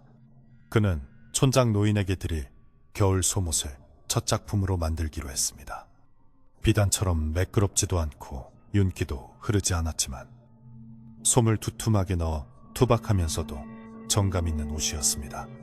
한 땀 한 땀 바느질을 할 때마다 도리는 그 옷을 입을 사람의 건강과 행복을 빌었습니다. 그것은 장씨가 욕망을 꿰매던 바느질과는 정반대의 사랑과 정성을 꿰매는 기도와도 같은 행위였습니다. 어느덧 겨울이 깊어지고 한방 눈이 내리는 밤이었습니다. 도리의 작은 방에는 호롱불이 은은하게 밝혀져 있었고 사각하는 바느질 소리가 조용히 울려 퍼졌습니다. 예전 비단옥에서 들리던 소름 끼치는 가위질 소리가 아니라 듣는 사람의 마음을 차분하게 해주는 평화로운 소리였습니다. 도리는 완성된 소못을 들여다보며 옅은 미소를 지었습니다. 거친 무명천의 감촉이 손끝에 닿았지만 그 느낌은 징그러운 비단 가죽과는 비교할 수 없을 만큼 포근하고 정직했습니다. 창밖에는 눈이 소복이 쌓여 세상의 모든 더러운 것들을 하얗게 덮어주고 있었고 멀리서 개 짖는 소리가 정겹게 들려왔습니다. 마을은 이제 비단옥의 악몽에서 벗어나 평범한 일상을 되찾아가고 있었습니다. 사람들은 저녁이면 따뜻한 아랫목에 모여 앉아 고구마를 쪄먹으며 옛 이야기를 나누었고 더 이상 밤을 무서워하지 않게 되었습니다. 비단옥의 이야기는 금기시 되다가 점차 교훈적인 옛날 이야기로 변해갔습니다. 욕심을 부리면 괴물이 된다는, 사람의 가죽을 탐하면 제 가죽이 벗겨진다는 무시무시하지만 뼈있는 전설로 말입니다. 그리고 그 전설의 끝에는 항상 정직하게 땀 흘려 일하는 도리의 이야기가 덧붙여졌습니다. 도리는 속옷을 개어놓으며 창문을 열었습니다. 차가운 밤 공기가 들어왔지만 상쾌하게 느껴졌습니다. 밤하늘에는 별이 총총히 박혀 있었고 달빛은 도리의 소박한 작업실을 환하게 비추었습니다. 그는 하늘을 향해 조용히 속삭였습니다. 이제 편히 쉬세요. 저도 열심히 살겠습니다. 도리의 다짐은 밤바람을 타고 산골짜기 멀리 퍼져나갔습니다. 과거의 상처는 흉터로 남겠지만 그 흉터 위에 새살이 돋아나듯 마을과 도리의 삶에도 새로운 희망이 싹트고 있었습니다. 겨울이 지나고 얼었던 계곡물이 녹아 졸졸 흐르기 시작하자 마을에도 어김없이 봄이 찾아왔습니다. 비단옥이 불타버린 검은 폐허 위에도 이름 모를 들꽃들이 앞다투어 피어나 흉물스러웠던 상처를 알록달록한 꽃잎으로 덮어주었습니다. 사람들은 이제 그곳을 지나갈 때 더 이상 코를 막거나 눈살을 찌푸리지 않았습니다. 오히려 양지바른 그 터에 앉아 나무를 캐기도 하고 아이들은 숨바꼭질하며 뛰어놀기도 했습니다. 끔찍했던 악몽은 봄바람에 실려 멀리 날아가 버렸고 마을은 예전의 평온하고 넉넉한 인심을 되찾아가고 있었습니다. 사람들의 얼굴에 드리웠던 공포의 그림자가 걷히고 그 자리에는 희망과 생기가 복사꽃처럼 화사하게 피어올랐습니다. 도리의 작은 초가집은 이제 마을에서 가장 사랑받는 장소가 되었습니다. 그는 비단옥이라는 거창한 이름 대신 문패도 없이 그저 대문 앞에 무명천 조각 하나를 걸어두었습니다. 하지만 사람들은 그곳을 도리네 옷집이라 부르며 제 집 드나들듯 편하게 찾아왔습니다. 도리는 장씨 밑에서 배웠던 기술을 바탕으로 하되 욕심을 버리고 정성을 더해 옷을 지었습니다. 그가 만드는 옷은 화려하거나 매끄럽지는 않았습니다. 투박하고 거친 무명옷이었지만 한 번 입으면 마치 어머니의 품에 안긴 듯 포근하고 편안했습니다. 도리는 옷을 지을 때 입는 사람의 체형과 하는 일을 꼼꼼히 살폈습니다. 농사일을 하는 사람에게는 팔 움직임이 편하도록 소매를 넉넉하게 했고 노인들에게는 찬바람이 들어오지 않도록 솜을 두툼하게 눕혀주었습니다. 도리의 옷 짓는 솜씨는 입소문을 타고 이웃 마을까지 퍼져나갔습니다. 예전 비단옥을 찾던 귀한 손님들이 아니라 땀 흘려 일하는 농부들과 서민들이 주 고객이었습니다. 그들은 돈보따리 대신 쌀 한 돼, 콩 한 마를 들고 와 옷과 바꾸어 갔습니다. 도리는 값을 따지지 않고 그들이 주는 대로 받았습니다. 이 옷 덕분에 지난 겨울을 감기 한 번 안 걸리고 났다네. 도리 자네가 지어준 바지는 아무리 거친 밭일을 해도 해지지가 않아. 사람들의 칭찬이 이어질 때마다 도리의 얼굴은 홍당무처럼 붉어졌지만 마음속에는 뿌듯함이 차올랐습니다. 그것은 남의 가죽을 탐해서 얻은 더러운 부가 아니라 자신의 땀과 정직함으로 얻은 진정한 기쁨이었습니다. 어느 화창한 봄날, 도리는 마당에 커다란 솥을 걸고 천연 염색을 하고 있었습니다. 산에서 직접 채취한 쪽풀과 치자, 그리고 황토를 이용해 물을 들였습니다. 솥에서 보글보글 끓어오르는 염료에서는 역겨운 피 냄새 대신 은은한 풀 냄새와 흙 냄새가 났습니다. 하얀 무명천을 솥에 넣고 긴 막대기로 저을 때마다 고운 빛깔이 스며들었습니다. 쪽빛은 맑은 가을 하늘을 닮았고 치자빛은 따사로운 봄 햇살을 닮았습니다. 도리는 염색한 천을 빨랫줄에 널며 생각했습니다.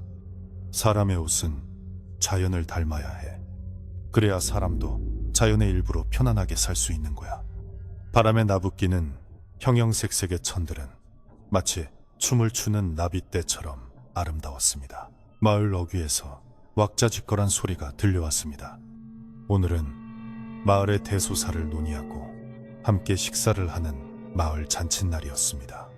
동네 안악들은 이른 아침부터 모여 전을 부치고 떡을 찌느라 분주했습니다. 고소한 기름 냄새가 온 동네에 진동을 했고 아이들은 떡고물을 주워 먹으며 신나게 뛰어다녔습니다. 도리도 일손을 멈추고 잘 다려진 깨끗한 옷으로 갈아입었습니다. 예전에는 점원이라는 신분 때문에 늘 구석에 쭈그리고 앉아 눈칫밥을 먹었지만 이제는 당당한 마을의 일원으로 초대를 받은 것입니다.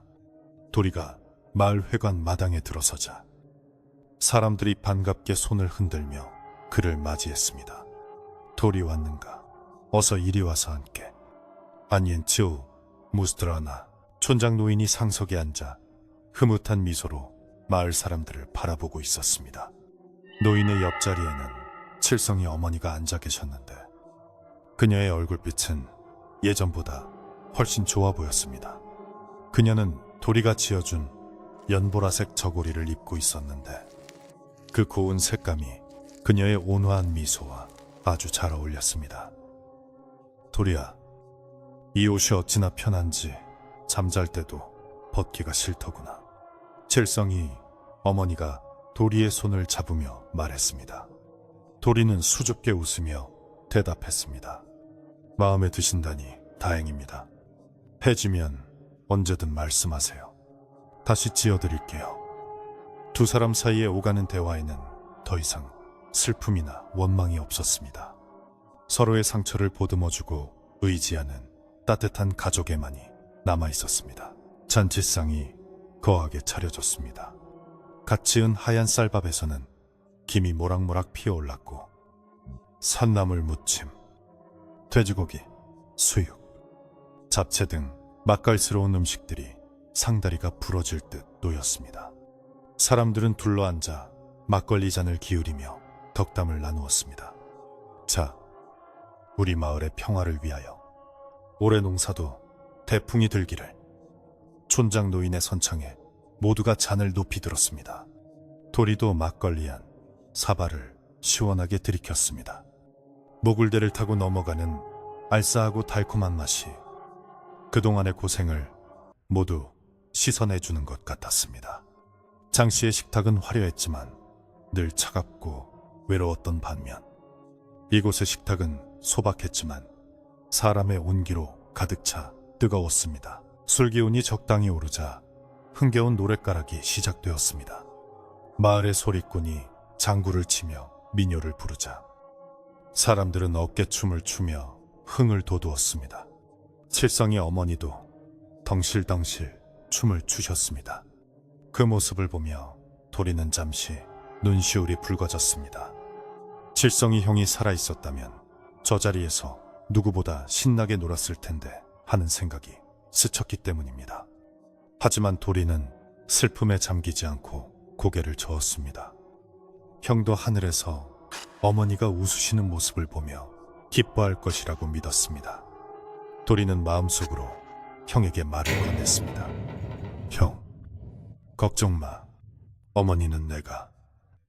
그리고 우리 마을 사람들이 잘 모실게. 원치이즈 하루자 쯤에마. 잔치가 무르익을 무렵 촌장 노인이 도리를 불렀습니다. 도리야, 네가 우리 마을을 위해 큰 일을 해주었지 않느냐. 그 보답으로 우리가 작은 선물을 준비했다. 노인의 신호에 청년들이 무언가를 끙끙대며 들고 왔습니다. 그것은 튼튼한 참나무로 만든 아주 근사한 배틀이었습니다. 네가 쓰던 배틀이 낡아서 삐걱거리는 걸 보았다. 앞으로 이 배틀로 더 좋은 옷을 많이 지어다오. 도리는 생각지도 못한 선물에 말을 잇지 못했습니다. 어르신, 저는 이런 귀한 것을 받을 자격이 없습니다. 도리가 손사래를 쳤지만 사람들은 박수를 치며 환호했습니다. 받아라. 도리, 너는 우리 마을의 보배야. 도리는 배틀을 어루만지며 감격의 눈물을 흘렸습니다. 나무의 결이 살아있는 매끄러운 배틀에서는 은은한 나무 향이 났습니다. 장씨의 창고에 있던 피와 기름에 찌들었던 배틀과는 차원이 다른 물건이었습니다. 이 배틀은 마을 사람들의 정성과 사랑이 모여 만들어진 것이기에 도리에게는 세상 그 어떤 보물보다 값진 것이었습니다. 도리는 사람들을 향해 깊이 허리를 숙여 인사했습니다. 정말 감사합니다. 이 은혜 평생 잊지 않고 죽을 때까지 바른 마음으로 옷을 짓겠습니다. 도리의 다짐에 마을 사람들은 다시 한번 큰 박수로 화답했습니다. 해가 서산으로 넘어가고 마을에는 땅거미가 내려앉기 시작했습니다. 잔치는 끝났지만 사람들은 쉽사리 자리를 뜨지 못하고 모닥불 주위에 모여 앉았습니다. 타닥타닥 타오르는 장작불 소리가 정겹게 들려왔습니다. 밤하늘에는 별들이 하나둘 모습을 드러내며 반짝였습니다. 예전에는 저 별들이 원혼들의 눈물처럼 보였지만 지금은 마을을 지켜주는 수호신들의 눈동자처럼 따뜻하게 느껴졌습니다. 촌장 노인이 옛날 이야기를 시작했습니다. 옛날, 아주 먼 옛날에 욕심 많은 부자가 살았는데 말이야. 아이들은 노인의 무릎 앞에 옹기종기 모여 앉아 귀를 기울였고 어른들도 흐뭇한 표정으로 그 모습을 지켜보았습니다. 도리는 집으로 돌아와 선물 받은 새 배틀 앞에 앉았습니다. 호롱불을 켜고 조심스럽게 실을 걸어보았습니다. 달그락, 달그락. 배틀 돌아가는 소리가 경쾌하고 맑게 울려 퍼졌습니다. 그 소리는 마치 심장 박동 소리처럼 규칙적이고 힘찼습니다. 도리는 새로운 옷감을 짜기 시작했습니다. 이번에는 마을에서 곧 태어날 아기를 위한 베네쩌고리 감이었습니다. 세상에 갓 나온 생명이 처음 입을 옷이기에 그 어느 때보다 깨끗하고 부드러운 실을 골랐습니다.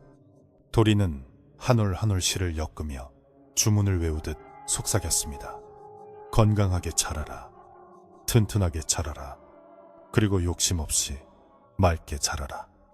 또 옛날 환임이야. 도리의 손끝에서 만들어지는 옷감은 순백색의 광목이었습니다. 아무런 무늬도 화려한 색깔도 없었지만 그 안에는 순수한 생명력이 담겨 있었습니다. 장씨는 남의 생명을 빼앗아 자신의 영생을 꿈꿨지만 결국 파멸했습니다.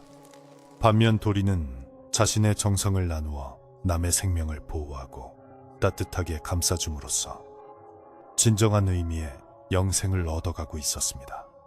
그가 만든 옷은 비록 언젠가 낡아 없어지겠지만 그 옷에 담긴 따뜻한 마음은 사람들의 기억 속에 그리고 대물림되는 이야기 속에 영원히 남을 것이기 때문입니다. 밤이 깊어온 세상이 고요해졌습니다.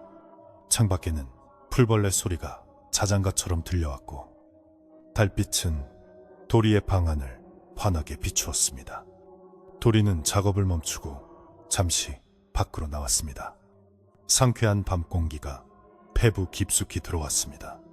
멀리 비단옥이 있던 터를 바라보았지만 이제 그곳은 어둠 속에 묻혀 아무것도 보이지 않았습니다. 과거의 상처는 아물었고 그 위에는 새로운 시간이 쌓여가고 있었습니다. 도리는 하늘을 올려다보며 크게 심호흡을 했습니다. 참 좋은 밤이다. 그는 혼잣말을 중얼거리며 미소 지었습니다. 이제 이야기는 끝이 났습니다. 마을은 다시 평화를 찾았고 사람들은 서로를 아끼며 오순도순 살아가고 있습니다. 욕심은 한순간 눈을 멀게 하고 파멸로 이끌지만 정직과 나눔은 우리를 지켜주는 가장 튼튼한 옷이 된다는 것을 도리는 보여주었습니다. 여러분의 마음속에도 도리가 지은 따뜻한 무명옷 한 벌이 입혀져 세상의 어떤 추위와 시련도 막아낼 수 있기를 바랍니다. 오늘 밤은 억울한 원혼도 탐욕스러운 괴물도 없는 아주 평온하고 깊은 밤이 될 것입니다. 창호지 문 너머로 은은한 불빛이 사그라들고 도리도 따뜻한 이불 속으로 들어갔습니다. 바람이 처마 끝 풍경을 살랑 흔들며 지나갑니다. 온 마을이 곤히 잠든 이 시간 여러분도 무거운 짐일랑 모두 내려놓고 편안한 꿈 꾸시길 바랍니다. 내일 아침에는 저 맑은 햇살처럼 여러분에게도 환하고 기분 좋은 일들만 가득할 것입니다. 잘 자요. 그리고 좋은 꿈 꾸세요.